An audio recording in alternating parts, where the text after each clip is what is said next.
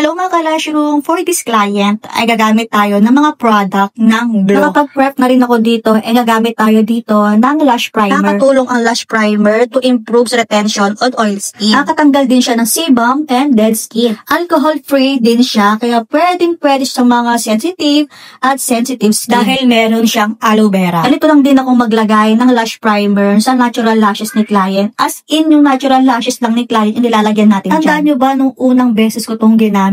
Halos isang buwan na hanggang ngayon gamit ko pa rin siya. Sabi ko naman kasi sa inyo, kapag maganda yung lash glue na ginamit ko, ay hindi ko na siya titigilan. Pwede to sa mga beginners at pwede rin to sa mga mabibilis na kung maglagay. Kung wala kang glue shaker, walang problema. Okay lang gamitin to kahit hindi mo na siya i-shake. Dahil tapos na tayo dito, gagamitin natin yung finisher. Nakakatulong ito para mapabilis yung pagtuyo ng lash glue na ginamit natin. Ang kinagandahan nito ay alcohol-free siya at naglalaman siya ng glycerin, kaya pwede to sa mga sensitive. Dito lang din ako maglagay ng finisher, doon lang mismo sa merong adhesive glue or lash glue. Hindi kailangan ng basang-basa kasi yun ang iiwasan natin ay yung papasukan sa loob ng mata ni client. Kaya dapat sakto lang talaga yung paglalagay natin. After 2 hours, finally, tapos na yung ating ginagawa. So, ito na yung outcome ng ating volume cat eye. At kung hindi mo pa nagagamit itong product na to, gamitin mo na. At syempre, para hindi ka na rin mahirapan, ilalagay ko sa comment yung link kung saan ko siya nabili. So, yun lang. Thank you for watching. Bye!